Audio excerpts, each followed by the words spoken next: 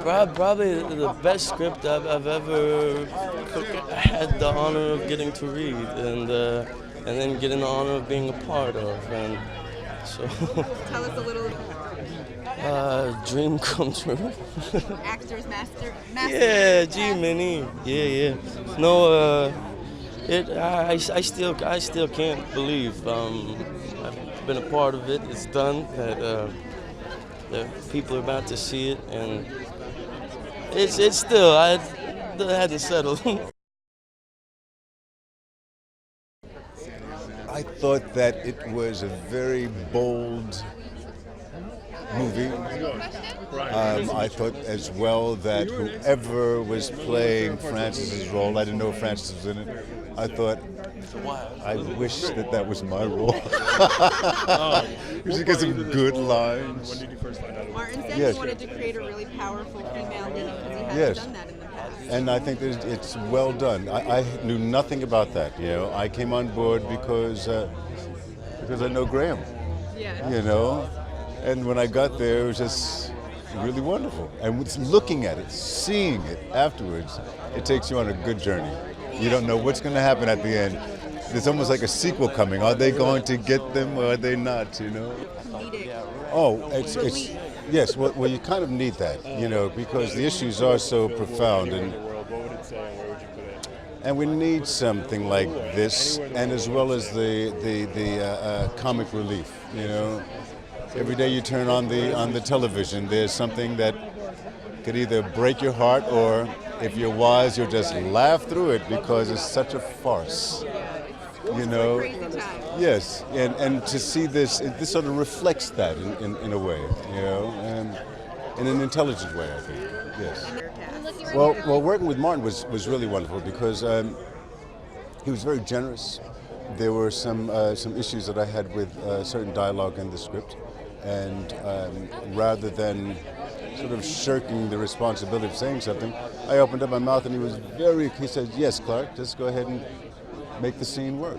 You know, you don't get that, in particular with someone who's written the script. I mean, these are his words, you know, but we knew what we wanted, and I'm glad that he trusted me to follow through on it.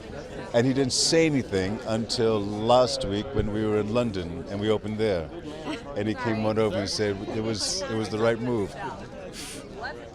That's, you know, that's the measure of the man right there, you know, really. I was like, wow, it's really, really, really good, because the way I got into the film was a little bit backwards, so I had to put myself on tape before I even got to read the script, and it was like, I put myself on tape, then I went home, I was like, oh, I really want to be in that movie now, and here we are. And tell us a little bit about your character. What can I say? I never know what to, like, he's somebody that we sort of kind of created like a backstory that would, if you are a part of the film, it would sort of make more sense to, like, you know, when you see it, he's sort of like, I feel like in a town full of characters, he might be one of the most grounded in it, and it's sort of like he exists, and you always wonder, where did he come from? And that's for the sequel, and then 8 sequels later. I'm kidding. You're like,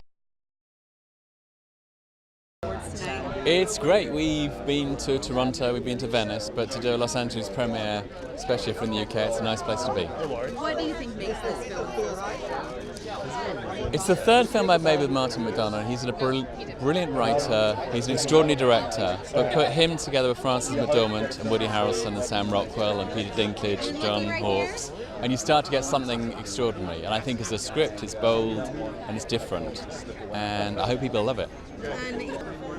It's lovely. I mean, to be honest, Fran and Sam and Woody, I think everyone, those three have held it up beautifully. And I think also the supporting cast, you can get people in to do wonderful roles for a couple of days, which is terrific.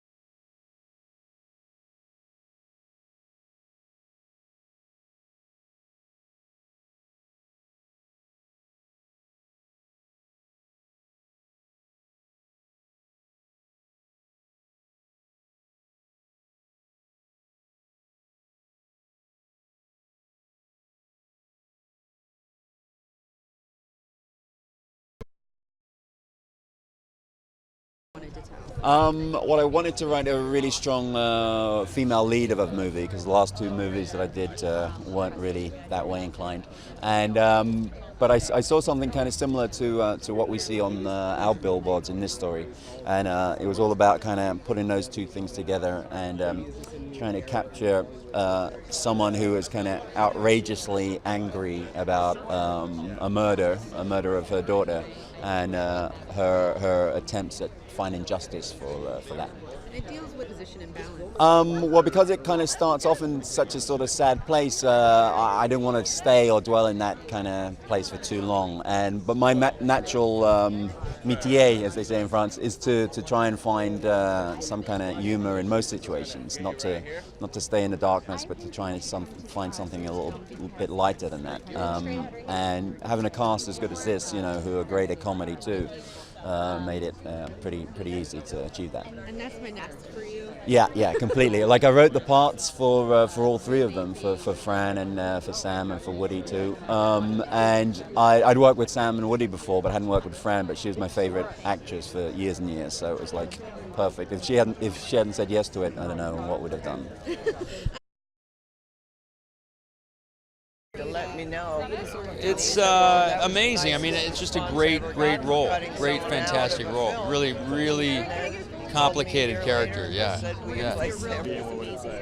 was amazing. I mean, a great ensemble, beautiful cast, beautiful people. Really fun. Really fun. And you've had the pleasure of working with Martin before. Why is he a director-writer that you always will? He's just he's really good. Really good. Yeah. Really smart. And you said you really want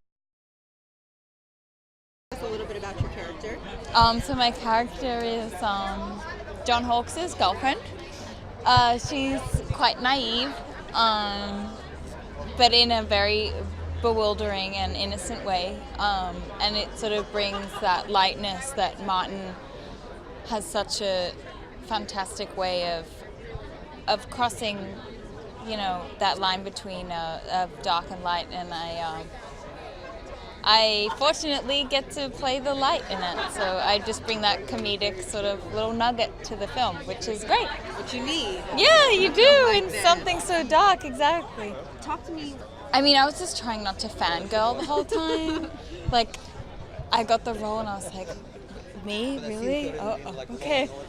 Literally, I was just trying not to make a fool of myself and trying to really not get fired the whole time. And it was amazing because it's such a family sense when you're on set with those guys. Like, they all really know what they're doing, and it's a really powerful ensemble, and I was just so lucky and excited to be a part of it. And then talk to me about Frances, because people can't stop talking about her in this role. She's the best. She's so lovely, which is so it's overwhelming to be in the presence of her, and for her to be so loving and giving and a real